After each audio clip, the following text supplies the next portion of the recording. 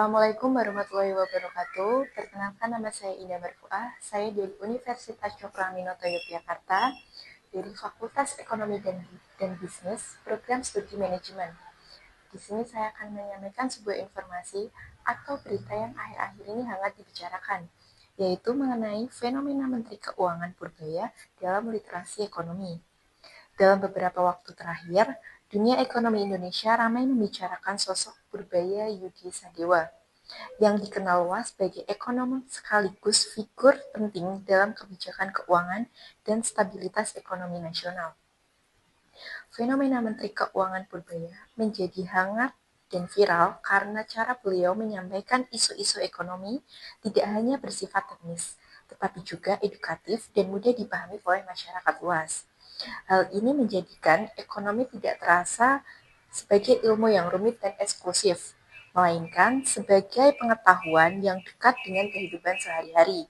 Fenomena ini menarik untuk dikaji dalam konteks literasi ilmu ekonomi, karena menunjukkan bagaimana kebijakan ekonomi dalam komunikasi publik dapat membentuk pemahaman masyarakat terhadap kondisi perekonomian nasional. Fenomena Menteri Keuangan Purbaya dalam literasi ilmu ekonomi dapat dilihat dari beberapa aspek penting. Yang pertama, pendekatan komunikasi ekonomi yang inklusif. Dalam berbagai forum dan pernyataan publik, Purbaya sering menjelaskan konsep-konsep ekonomi makro seperti inflasi, stabilitas keuangan, nilai tukar, dan kebijakan fiskal dalam bahasa yang sederhana dan berbasis data. Hal ini membantu masyarakat awam memahami bahwa kebijakan ekonomi bukan sekedar angka, tetapi berkaitan langsung dengan harga kebutuhan pokok, lapangan kerja, dan kesejahteraan. Yang kedua, penekanan pada stabilitas sistem keuangan. Fenomena ini juga menunjukkan bagaimana literasi ekonomi diarahkan untuk memahami pentingnya menjaga stabilitas ekonomi nasional di tengah ketidakpastian global. Masyarakat diajak untuk memahami bahwa kebijakan pemerintah termasuk pengelolaan anggaran dan sektor keuangan bertujuan melindungi ekonomi rakyat dari krisis dan guncangan eksternal. Ketiga, hubungan antara teori dan praktik ekonomi. Dalam literasi ilmu ekonomi, fenomena Menteri Keuangan Purbaya memperlihatkan bahwa teori-teori ekonomi seperti kebijakan fiskal, manajemen risiko, dan investasi negara tidak hanya dipelajari di bangku kuliah, tetapi benar-benar diterapkan dalam pengambilan kebijakan yang nyata. Hal ini memperkuat pemahaman bahwa ilmu ekonomi bersifat dinamis dan kontekstual. Literasi ilmu ekonomi tidak hanya berarti pemahaman definisi dan teori, tetapi juga kemampuan untuk menganalisis kebijakan dan dampaknya bagi masyarakat.